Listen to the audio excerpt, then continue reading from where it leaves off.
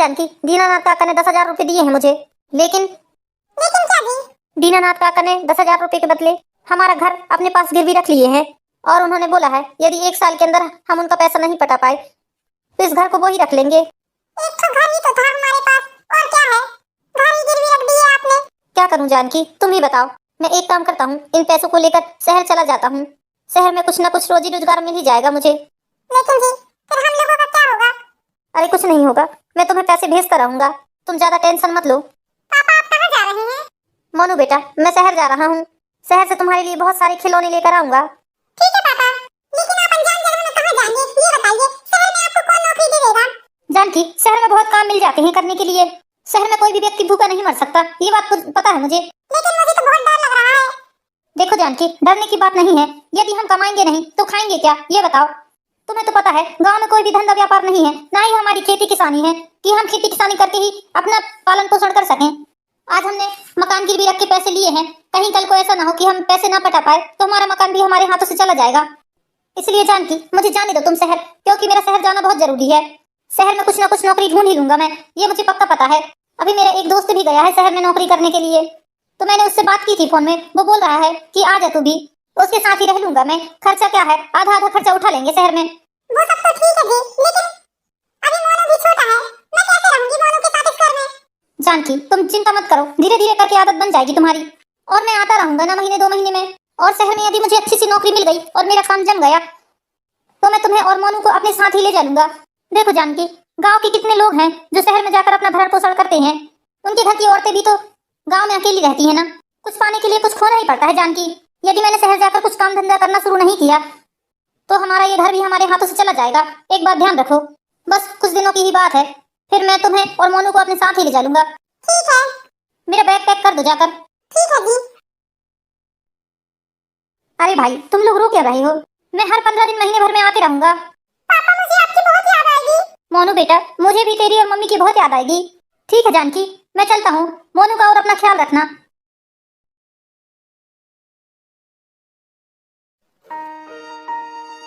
चलो मोनू बेटा, खाना खा लो। हाँ मम्मी, चलिए। ये लो मोनू बेटा, देखो मैंने तुम्हारे लिए तुम्हारी पसंद की खिचड़ी बनाई है। हाँ मम्मी, ठीक है दे दो।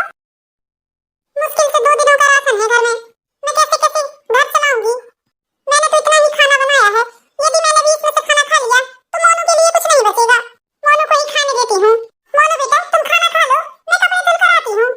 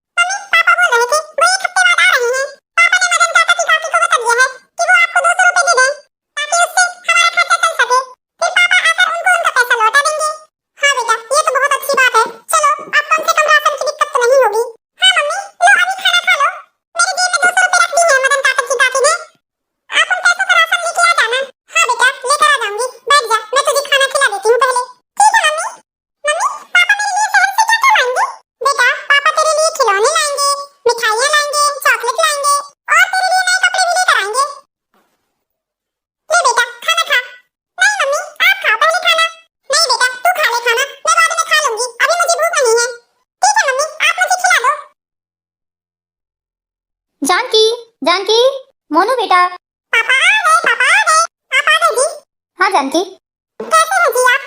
मैं ठीक हूँ जानकी, तुम कैसी हो? मैं भी ठीक हूँ जी। जानकी, बहुत जल्द हमारा बुरा वक्त खत्म हो जाएगा अब। अच्छा, हाँ जानकी, मैं एक कारखाने में काम करता हूँ और वहाँ अच्छी खासी तनख्वाह मिलती है मुझे। ये तो बहुत खुशी की बात है जी। आपके बिना घर एकदम सूना लग रहा था। हम लोगों का बहुत बुरा हाल था आपके बिना। हाँ जानकी, मुझे भी तुम लोगों की बहुत याद आई, बिल्कुल मन नहीं लगता शहर में। लेकिन क्या करो जानकी, कुछ पाने के लिए कुछ खोना भी पड़ता है। अब हम भी आपके साथ जाएंगे, यहाँ अकेले नहीं रहेंगे हम। नहीं जानकी, मैं तुम्हें अपने साथ नहीं ले जा सकता। समझने की कोशिश करो जानकी, शहर का रहन सहन और वातावरण एकदम ही अलग है, तुम वहाँ रह नहीं पाओगी। कैसे नहीं रहूंगी जी, सब रह लूंगी। जहाँ आप रहोगे वहीं मैं भी रहूंगी। जानकी, समझने की कोशिश करो, हमारा छोटा सा बच्चा है, हम अपने बच्चे के साथ शहर में कैसे रह सकते हैं? शहर में मैं आधी आधी रात तक काम करता हूँ, मुझे इस बात की फिक्र नहीं रहती कि तुम घर पर अकेली होगी और तुम मेरे साथ रहने लगोगी तो मुझे तुम्हारी चिंता और बढ़ जाएगी और मैं ठीक से काम भी नहीं कर पाऊंगा। यहाँ तो तुम अपनों के बीच में हो, शहर में कोई अपना नहीं रहता जानकी। वहाँ के माहौल में और यहाँ के माहौल में बहुत फर्क है। यहाँ तो तुम्हें कोई तकलीफ होगी तो सारा गांव दौड़ कर आ जाएगा, लेकिन शहर में बगल वाले घर में क्या चल रहा है इस बात की भी भनक किसी को नहीं रहती, किसी को किसी से कोई मतलब ही नहीं रहता। इसलिए जानकी, तुम और मोनू यहीं रहो, कोई चिंता की बात नहीं है। यहाँ तुम्हें किसी प्रकार की कोई कमी नहीं होने दूंगा मैं। हर 15 दिन में तुम्हारे खाते में पैसे डालते रहूंगा, जिससे तुम्हें किसी प्रकार की दिक्कत ना हो। ठीक है जी, जैसा आप सही समझे। चलिए चलकर खाना खा लीजिए। ठीक है जानकी, मैं चलता हूँ। हाँ जी ठीक है, अपना ख्याल रखिएगा। पापा अब आप आओगे ना तो मेरे लिए एक छोटी सी गाड़ी लेकर आना। हाँ मोनू बेटा, मैं अपने बेटे के लिए अब गाड़ी लेकर आऊंगा जिससे मेरा बेटा खेलेगा। हाँ पापा। ठीक है जानकी, मैं चलता हूँ। हाँ जी ठीक है। अपना और मोनू का ख्याल रखना जानकी। जी ठीक है। जानकी का पति तो शहर जा चुका था। धीरे धीरे करके समय बीतता गया और जानकी के पति को गए हुए पूरा 1 महीना हो गया था। जो पैसे जानकी का पति जानकी को देकर गया था, अब वो सारे पैसे 1 महीने में खर्च हो गए। फिर से जानकी की पहले जैसी हालत हो गई। दाने दाने को मोहताज होने लगे दोनों माँ बेटे। जा बेटा, मदन काका के घर जाना और पाटी जी से कहना कि मदन काका को फोन लगा दो। फिर तेरे पापा से बात करके बोलना कि पापा घर में पैसे खर्च हो गए हैं और हम लोग बहुत परेशान हैं। ठीक है मम्मी, मैं जा रहा हूँ। मोनू बेटा तू आ गया? हाँ मम्मी आ गया। मोनू बेटा, बात हुई क्या तेरी पापा से? मम्मी, मदन काका बोल रहे हैं कि तेरे पापा काम पर गए हैं, इसलिए उनसे बात नहीं हो पाएगी। अच्छा, अब क्या करेंगे बेटा हम? मम्मी, मैं शाम को फिर जाऊंगा। मैं शाम को फिर मदन काका के यहाँ पार्टी से बोलूंगा कि फोन लगा दो मदन काका को। हाँ ठीक है बेटा। मोनू लगातार मदन काका के घर जा जाकर मदन काका को फोन लगाते रहा, लेकिन मदन काका यही बोलते कि तेरे पापा अभी नौकरी में गए हैं, तेरे पापा अभी फैक्ट्री में गए हैं और 3 दिनों तक जानकी के पति विनोद से कोई बात नहीं होती है। फिर चौथे दिन मदन काका की पत्नी खुद ही आती है मोबाइल लेकर। जानकी, ओ जानकी। हाँ काकी जी आइए। जानकी, तेरे पति का फोन आया था थोड़ी देर पहले, बात कर ले उससे। क्या काकी जी, फोन आया था इनका? ये ठीक तो है ना? हाँ जानकी ठीक है। विनोद आइए बैठिए ना काकी जी, फिर बात करते हैं। हेलो। हाँ जी, ये बात करा दो जानकी के पति से। स्पीकर में रखो ना काकी जी, स्पीकर में। हेलो जानकी, आप कैसे हैं? आप ठीक तो है ना? जब से आप शहर गए हैं आपने एक भी बार फोन नहीं किया। आपको पता है हम लोग कितने परेशान हैं। घर में खाने के लिए एक दाना अनाज का नहीं है। मोनू ने आज कुछ भी नहीं खाया है। आप कब आ रहे हैं ये बताइए। जानकी, मैंने तुम्हारा रोना धोना सुनने के लिए फोन नहीं लगाया है। ये क्या बोल रहे हैं आप? हाँ जानकी, मैंने तुम्हें यह बताने के लिए फोन किया है कि अब मैं गांव कभी वापस नहीं आऊंगा, मेरी कभी रास्ता मत देखना तुम। ये क्या बोल रहे हैं आप? आपको पता है ना मेरा और मोनू का आपके अलावा कोई नहीं है। मुझे इन सब बातों से कोई मतलब नहीं है। मैंने तुम्हें यह बताने के लिए फोन किया है कि मैंने शहर में शादी कर ली है। अब तुमसे और मोनू से मेरा कोई रिश्ता नहीं है और आज के बाद कभी भी मुझे फोन लगाने की कोशिश मत करना। अरे लेकिन मेरी बात तो सुनिए। मेरा तुमसे ना ही मोनू से कोई रिश्ता नहीं है। मैं यहाँ शहर में बहुत खुश हूँ और अब मैं मदन के साथ भी नहीं रहूंगा। मैं और मेरी पत्नी अब अलग घर लेकर रह रहे हैं और अब मैं बहुत अच्छा पैसा कमाने लगा हूँ। दोबारा मुझसे संपर्क करने की कोशिश मत करना। काकी जी सुना आपने? हाँ बेटा मैंने सुना। काकी जी मैं क्या करूं? अब मेरे बेटे को कौन पालेगा? मैंने कभी नहीं सोचा था कि आदमी मुझे इस तरह से धोखा देगा।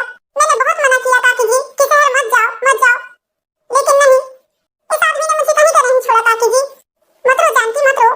काकी जी ये घर भी गिरवी रखा है, मेरे 10,000 रुपए समय से नहीं पटे तो ये मकान भी हमारे हाथ से चला जाएगा। काकी जी मैं अपने बेटे के लिए कुछ भी करने को तैयार हूँ। मैं अपने बेटे को भूखा नहीं रहने दे सकती। जानकी तू एक काम क्यों नहीं करती है? हमारे गांव में एक बहुत अमीर व्यक्ति है, उन्हें काम वाली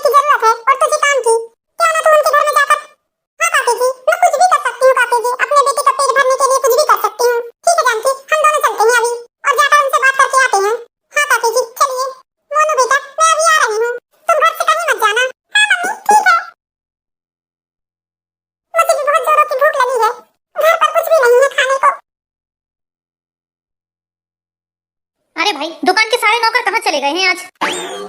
विकास, विकास। हाँ पापा बोलिए। आज दुकान के सारे नौकर कहाँ हैं? पापा आज सभी छुट्टी पर हैं। विकास तुम्हें सबको एक साथ छुट्टी नहीं देना चाहिए। पता है हमारी फल फ्रूट की थोक की दुकान है, अब हमें दूसरी चिल्लर दुकानों में भी सामान पहुंचाना है। अब तुम ही बताओ हम माल कैसे पहुंचाएं? पापा वो मुझे कुछ खाने के लिए दे दीजिए। तुम कौन हो बेटा?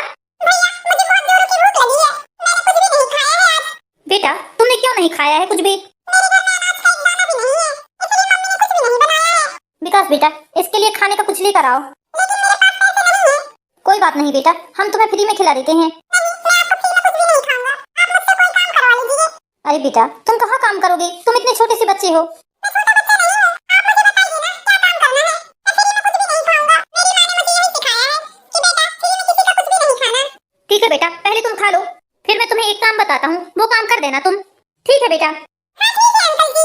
चलो बेटा मैं तुम्हें कुछ खाने को देता हूँ। हे भगवान क्या जमाना आ गया है, लोग अनाज के दाने के लिए तरस रहे हैं और भगवान किसी को इतना देता है कि फेंकते तक खाते हैं। सच में इस बच्चे के ऊपर बहुत दया आ रही है मुझे। यदि ये बच्चा थोड़ा और बड़ा रहता तो मैं अपनी दुकान पर इसे काम में रख लेता। इतनी छोटी उम्र के बच्चे से क्या ही काम कराऊंगा। और ताजुब की बात तो यह है कि ये बच्चा कितना खुददार है, काम करेगा तभी खाएगा, मुफ्त का किसी का नहीं खाएगा।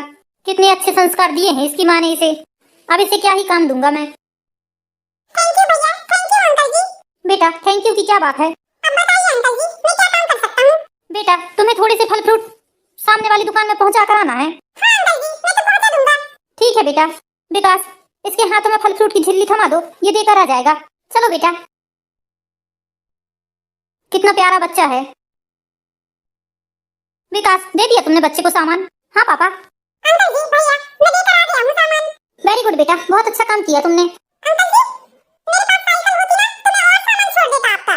बेटा तुमसे साइकिल चलाना आता है? हाँ अंकल जी मेरे दोस्त के पास साइकिल है, उसकी साइकिल चलाता हूँ मैं, तो मैं साइकिल सीख गया हूँ।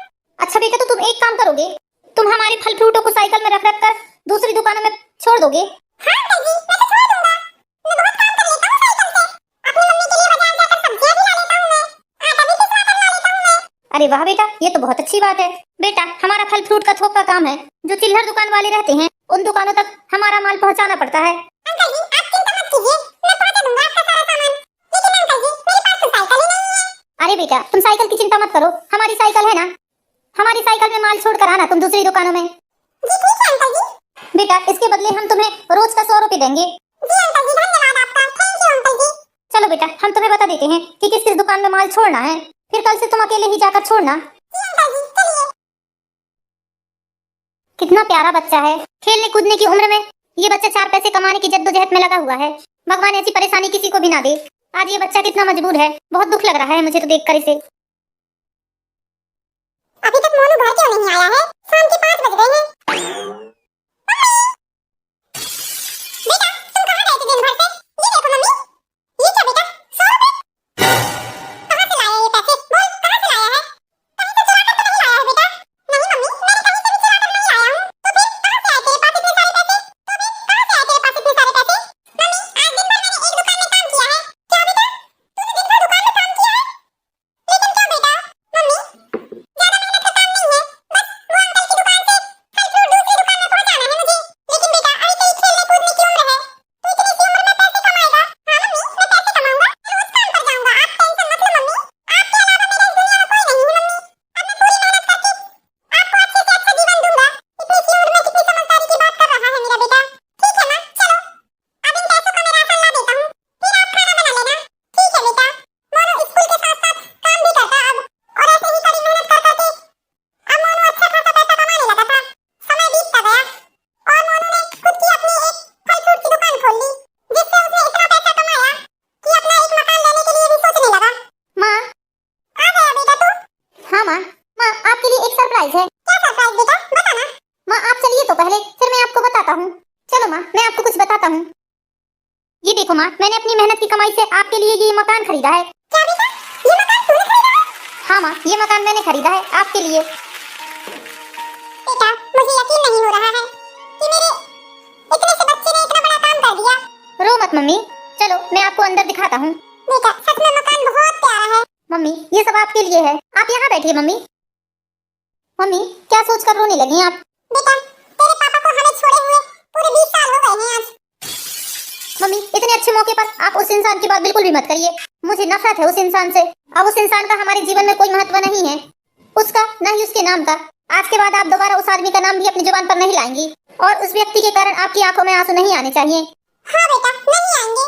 जो दर्द उस आदमी ने हमें दिया है, उस दर्द को हम कभी नहीं भूल सकते बेटा। हाँ माँ, बिल्कुल। मेरा आपके अलावा और आपका मेरे अलावा इस दुनिया में कोई नहीं है। सोचो, अब अपनी आंखों से आंसू पोंछ लीजिए। इतना बड़ा खुशी का मौका है आपके लिए। हाँ बेटा, ठीक है। Mummy, mummy. अरे बेटा, ये कौन है? मम्मी, ये सुरभि है। नमस्ते आंटी जी। नमस्ते बेटा। मम्मी, ये आपकी होने वाली बहू है। क्या बेटा, होने वाली बहू?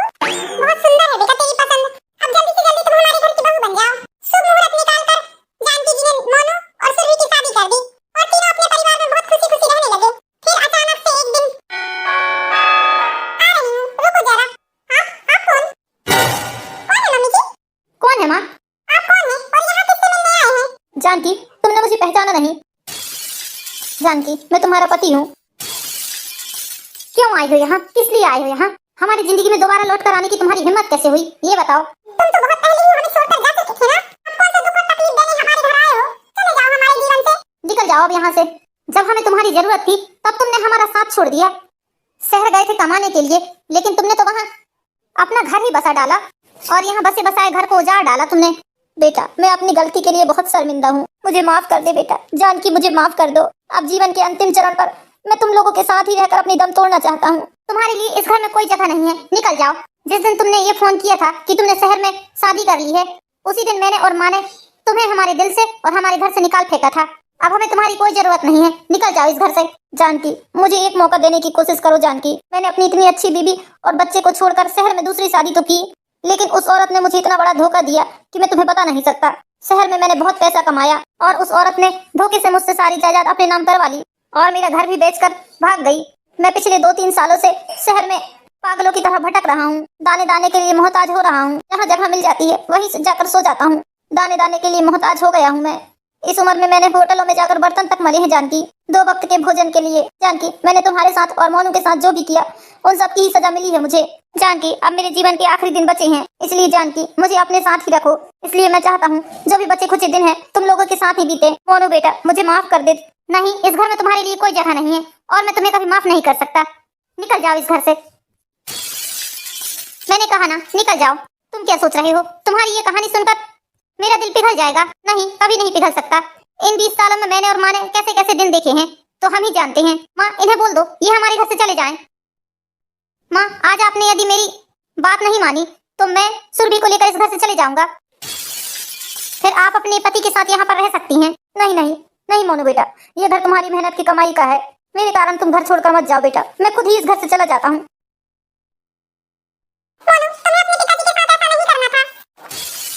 ये क्या बोल रही हो सुरभि तुम? देखो मोनू, माना कि पापा जी ने गलती की है, लेकिन अब उनके जीवन के बचे ही कितने दिन हैं। तुम देख नहीं रहे हो क्या उनकी हालत? जो उन्होंने किया है वही तुम भी कर रहे हो। उन्होंने तुम्हें ऐसे समय पर छोड़ा था जब सबसे ज्यादा जरूरत तुम्हें तुम्हारे पिताजी की थी, और आज तुम भी ऐसा ही कर रहे हो जब आज पिताजी को सबसे ज्यादा जरूरत तुम्हारी और मम्मी जी की है। मोनू, ये भी तो सोचो, वो क्या करेंगे, कहाँ जाएंगे, किसके घर पर रहेंगे? कोई भी इंसान एक वक्त का खाना दे देगा, फिर उसके बाद वो क्या करेंगे? अब तो उनको कोई काम भी नहीं दे सकता क्योंकि उनके शरीर में इतनी क्षमता ही नहीं है। उससे मुझे कोई मतलब नहीं है। जब उस आदमी ने हम लोगों के बारे में नहीं सोचा तो मैं उसके बारे में क्यों सोचूं? तुम्हें नहीं पता सुरभि, पिछले 20 सालों में हमने क्या कुछ नहीं देखा। मोनू, मैं बहुत अच्छे से समझ सकती हूँ। नहीं सुरभि, तुम कुछ नहीं समझ सकती। तुम तो मेरी जिंदगी में 1 साल से आई हो, तुम्हें कुछ नहीं पता सुरभि। फिर भी मोनू, मैं एक बार तुमसे रिक्वेस्ट करती हूँ, मेरी खातिर, मम्मी जी की खातिर, पिताजी को इस घर पर रहने की परमिशन दे दो। मम्मी जी को देखो, बेचारी कितनी मजबूर हो गई हैं आज। बीच मझधार में आकर खड़ी हो गई हैं वो। एक तरफ बेटा है, एक तरफ पति है। यदि पति को चुनती हैं तो बेटे को खो देंगी, और बेटे को चुनती हैं तो पति को खो देंगी। कम से कम किसी के लिए नहीं, अपने नाते ये सोचो। पापा जी ने भले ही मम्मी जी को दिल से ना चाहा हो, लेकिन मम्मी जी आज तक पापा जी को ही अपना सब कुछ मानती आई हैं। बेचारी मम्मी जी कितनी मजबूर हो गई हैं, वो खुलकर रो तक नहीं सक रही हैं, ना ही कुछ बोल पा रही हैं। तुमने इतने सालों से इतनी मेहनत सिर्फ अपनी माँ के लिए किया है ना, तो क्या अपनी माँ के लिए इतना सा काम नहीं कर सकते? भले ही तुम पिताजी से मतलब मत रखना, लेकिन उनको यहाँ रखने के लिए राजी हो जाओ। देखो मोनू, उन्होंने जो भी किया भगवान ने उसकी सजा उनको दे दी है। ये कलयुग है, यहाँ जैसा करोगे वैसा भरोगे। लेकिन तुम पिताजी की जैसी गलती बिल्कुल भी मत करो। मेरी बात मानो, पापा जी को यहाँ रहने दो, वरना ऐसा ना हो कि बाद में तुम बहुत पछताओ। ठीक है, जैसा तुम दोनों सही समझो। ठीक है, ले आओ उन्हें इस घर पर, लेकिन इस घर में वो सिर्फ मेरी माँ के पति बनकर रहेंगे। मेरा उनसे कोई रिश्ता नहीं है। सामने वाले रूम में रहने के लिए बोल देना उन्हें। लेकिन हाँ, तुम दोनों एक बात सुन लो, मुझसे किसी प्रकार की कोई उम्मीद मत रखना। मुझे बेटा होने का फर्ज बिल्कुल मत बताना। बेटा, आज तुमने बहुत बड़ा काम किया है। मैं तुम्हारा एहसान कभी नहीं भूल सकती। अरे मम्मी जी, अब बातों में ही समय निकाल देंगे। पापा जी कहीं चले न जाएं। चलिए, हम उन्हें लेकर आते हैं। पापा जी, मैं आपके लिए चाय बनाकर लाती हूँ। आपको बहुत जोरों की भूख लगी होगी ना? मैं आपके लिए कुछ खाने के लिए लेकर आती हूँ। तो दोस्तों, कैसी लगी आपको ये प्यारी सी कहानी? वीडियो पसंद आई हो तो लाइक करें, चैनल को सब्सक्राइब करें और इसी तरह की प्यारी प्यारी मोरल स्टोरीज देखने के